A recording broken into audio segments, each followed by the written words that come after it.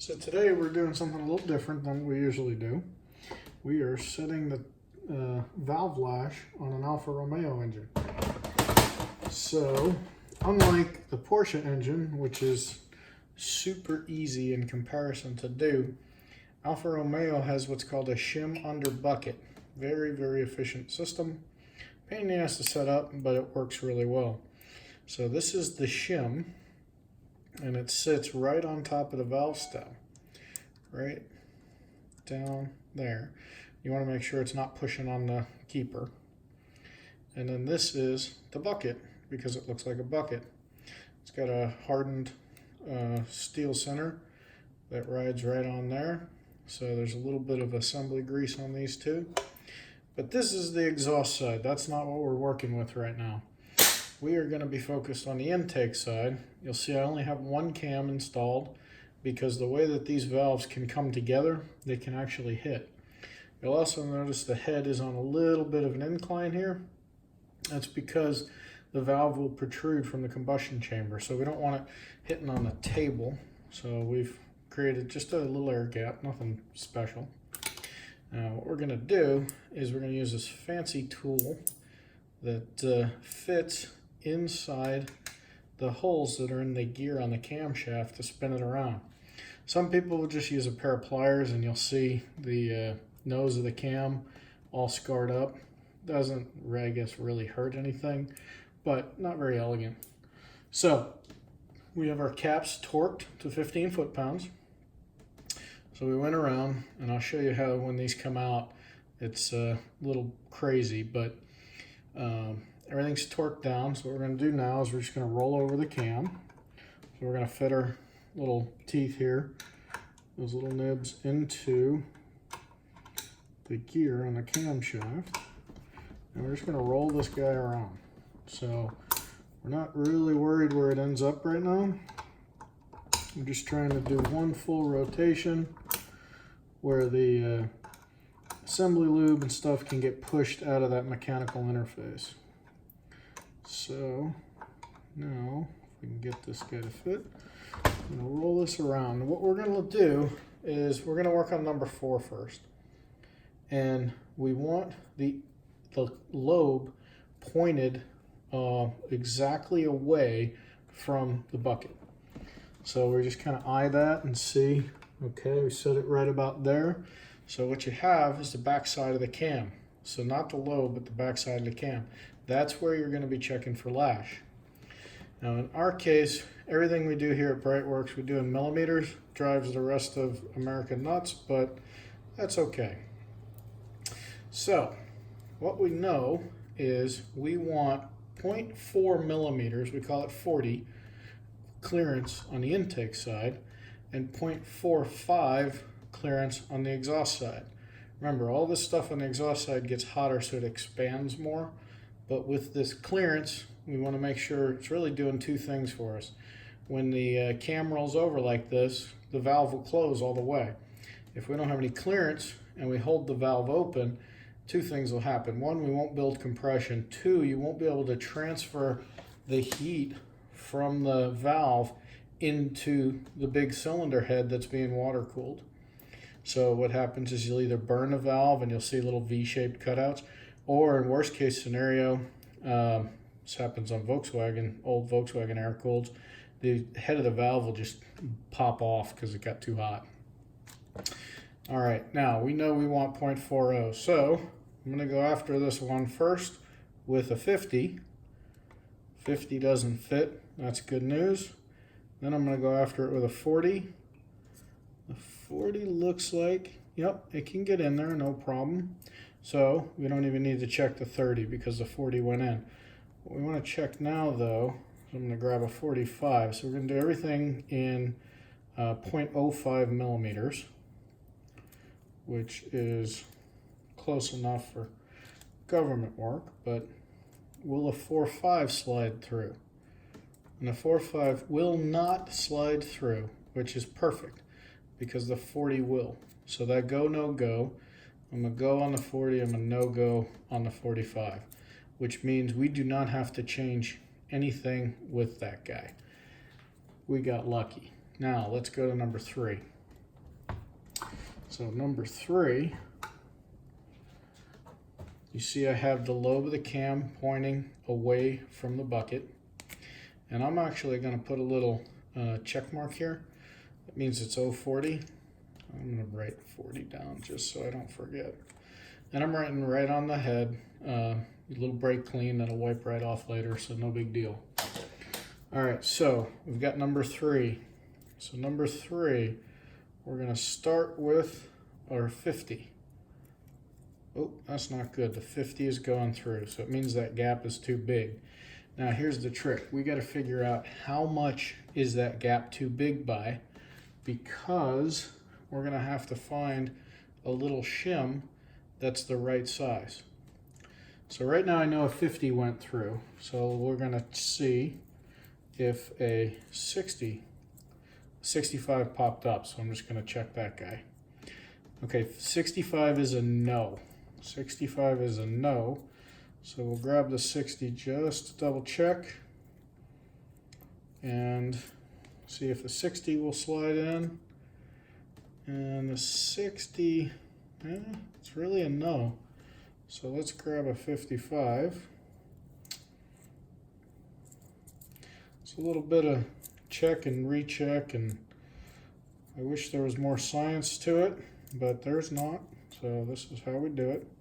So now I've got my 50, and I don't know if you'll be able to see on there, but it actually says 55. It's stamped on there. And we'll try to put the 55 through. So the 55 will go. So 60 won't, but the 55 will. So we know that this guy is currently at 55. So if he's at 55, in order to get him to 40, I need to decrease the gap between the cam and the bucket by 0.15 millimeters, which means I need a thicker shim under there.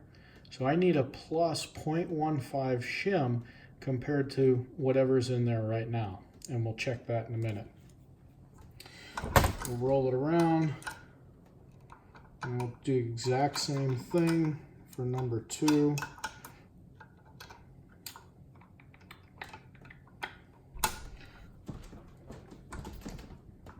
Almost got her there.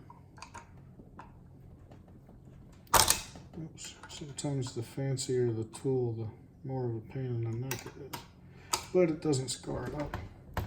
Okay, so again, now I've got number 2 pointing away from the bucket.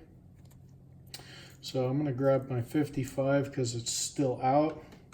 55 is a no-go. Perfect. Let's grab a 45.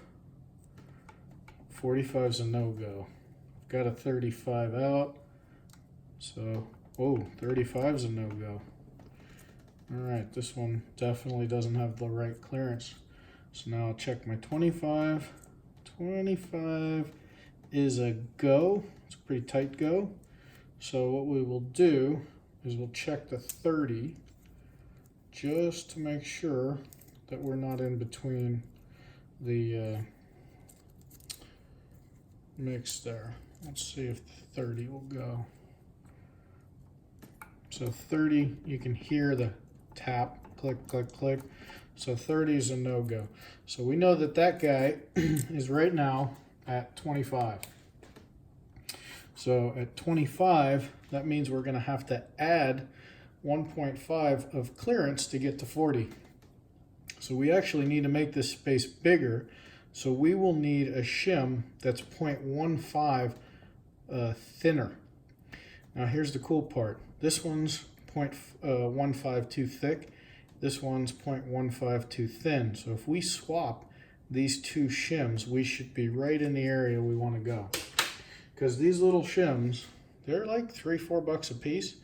And that's why you want to get these measurements right for when you order them. You don't want to order a bunch of stuff that you don't actually need. Now, some of my Alfisti friends have thousands of those shims just sitting in coffee cans. And I am jealous of that fact for sure. But, all right, 45. 45 is a go. So I happen to see a 60 here, so we're just going to jump right up to it. 60 is a go. All right. This one's a little bigger than we expected. 75 is a no-go. So we'll pull out the 70 if we can locate it here. These little numbers tend to get dirty. Try and keep them clean. So here's a 70, and a 70 is a no-go. 70 is a no-go. So this guy is at 65. So we will need to reduce that gap by 0.25 millimeters, which means we need a 0.25 millimeter thicker shim. Now, what am I talking about? Here's what we're going to do. This is not the prettiest of work, but we're going to pull this camshaft out. Now, here's what you have to think about when you're pulling your bearing caps off. This guy is on the cam, so is this guy. So these are creating a lot of pressure right now. So all the spring pressure that is holding the valve closed is actually pushing up on the cam right now. What we can do is we can rotate the cam around to where we feel, all right, so like right there I can feel that that has the least amount of pressure that this profile will give, and I don't really care where it's degreed right now. It's a whole different story. I'm just trying to go to least amount of pressure, so I can see this guy and this guy are putting downward pressure. Why does that matter? Because as you loosen these up, the cam's going to try and cock itself, especially here. It's going to try and pick up from the back, and when it does that, it can bind in one of the three caps. It makes a pain in the neck to get them off. Now, what I like to do is work from the outside in, because that center one, in theory, is holding the cam perfectly flat, right? But once these two get loose, it's starting to try to push back.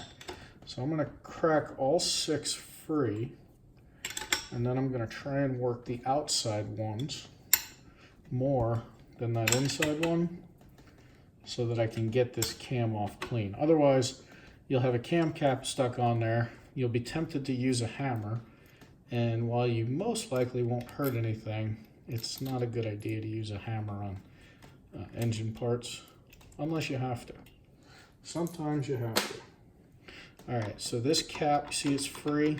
This guy actually tried to move a little bit. The caps are numbered. I'll show you that in a second. So the caps want to stay where they originated from, which is good for them, but a little bit of a pain for us because we always have to get them oriented back the same way, because we did not have this guy line board.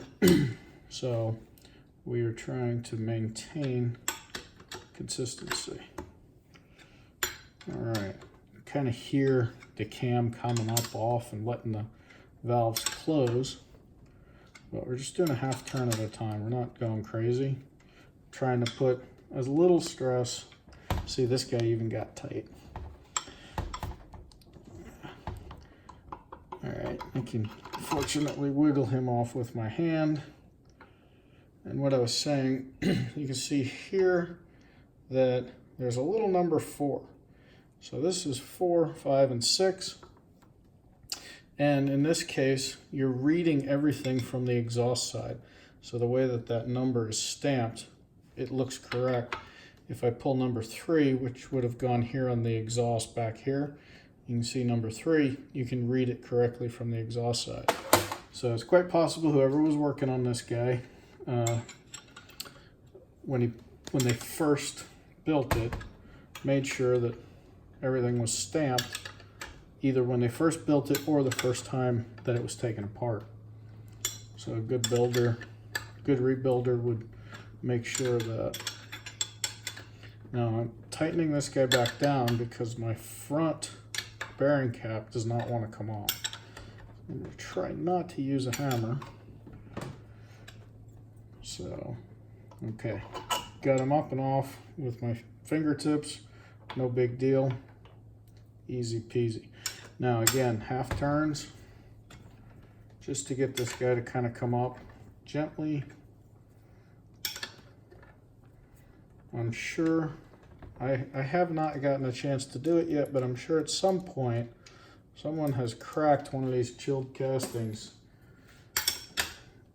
I mean, Alfa Romeo, my Porsche people don't want to hear this, but they are the winningest car or brand in race history.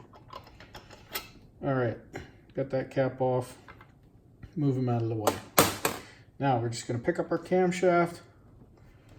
We've got a clean little spot.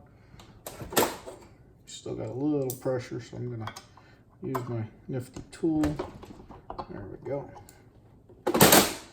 We got a clean little spot off to the side to set it on. In our case, typically the intake exhaust cams are swappable on these. They're the same profile, intake to exhaust. This motor is a little bit different. It's a built motor, so it has two different cams. So keep track of which one is the exhaust, which one is the intake. All right, now we think we can swap these two buckets. So we're at 0.55 here, so we know we need to come down by 0.15. So we actually need that guy to be thicker by 0.15 millimeters.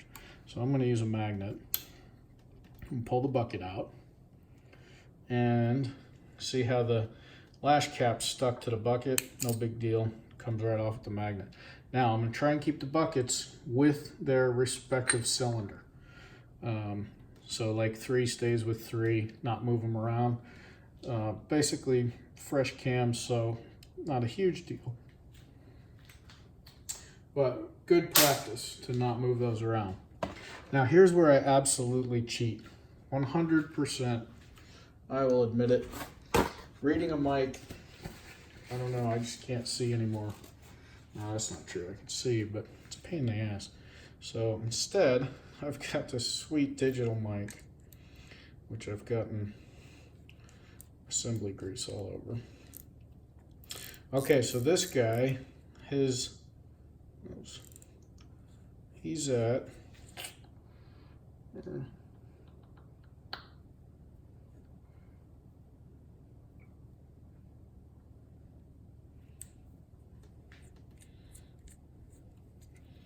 let's get our tools zeroed out so that we're not messing something up.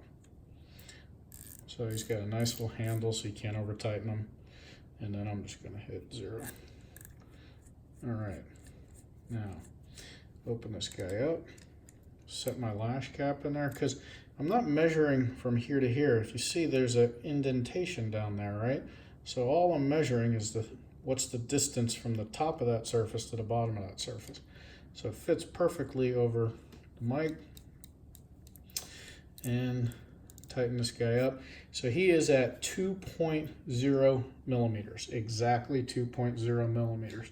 So we know we actually need him to be 15 more.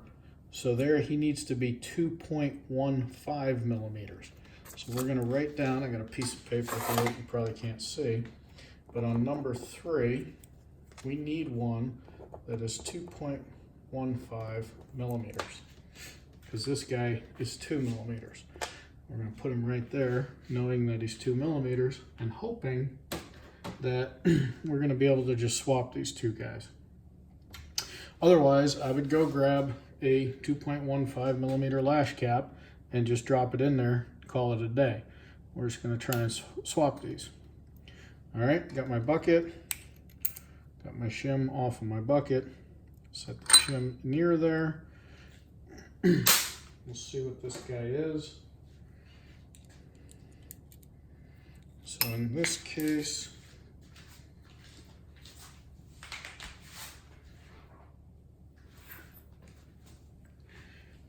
I was just thinking about the fact that there's no guarantee, because this is an older head, that the valves are at the exact same height. So it might not work for us to hot swap these. Yeah. See, this guy's 2.28, 2.3. So he's 2.3 millimeters, and we know we need a bigger gap by 0.15. So we need a 2.15. So both of these guys need 2.15s. So I'm going to check the other lash caps that I have to see if there's any 2.15s. And then do that just to show you. Okay, so this guy's a 2.2. So 2.2, we're going to hold that out because that may work for us. This guy, yes, this is a very manual process. He was a 2.3. I'm sure someone somewhere sat down or handed their apprentice and said, go measure all these and put them in a bucket. 2.5. So we're really only going to be able to do the one. 2.27, too much, 2.3. So what we know though is this 2.2 can go right on that guy. The reason I'm putting him on is because I want to put the bucket back on. I don't want this to get dirty. And that guy now we think is going to be good. So unfortunately, we're actually going to have to order parts to be able to do this. But let's check this last guy. He's 2.65. There's a chance that he's a 2.15. So if we do that, and measure him off. If he's a 2.15, we still may win at this game. Let's see. No, 1.86. Definitely not happening. All right, so 1.85, and we know we need something that's going to be 25 thicker. So at 1.85, we need another 2.1, 2.15. So we are going to order a few 2.1s, and when we do that, we'll be able to pop them in there, and we'll put the buckets back on, and we'll redo the whole cam the same way we just did. Kind of go from there. But we're not going to do anything different than what we just did. We'll just put it back together, torque down the camshaft, roll it around, check each one. Again, 0.4 millimeters on the intake, 0.45 on the exhaust, and one camshaft at a time so you don't get the valves crashing in the combustion chamber. So hopefully, if you are timing your Alfa Romeo, this is a 101 engine. If you're timing your 1960s or 1950s Alfa Romeo engine, this will help you out a little bit. Now, here's the thing. We're sitting on a tool bench, a workbench, nice and easy. Try doing this over a car. That's what the old school mechanics, that's how they did it. And as a matter of fact, we're going to get a shot to do that because once the engine runs in, these clearances may change depending on how the valve, if it makes friends with the seat, comes up just a little bit, we'll get to change those again. So one of the things we'll check is once we've broken in the motor, about I'd say an hour on the engine, maybe a little less, 30 minutes, we'll check these again, and we may have to do this in the car. And we didn't even talk about the whole chain thing. So this is a relatively easy way to do it. Get it set while it's on the bench, and you'll have a better chance of not having to break your back when you're doing this over the car. All right, thanks for checking us out at brightworks.com.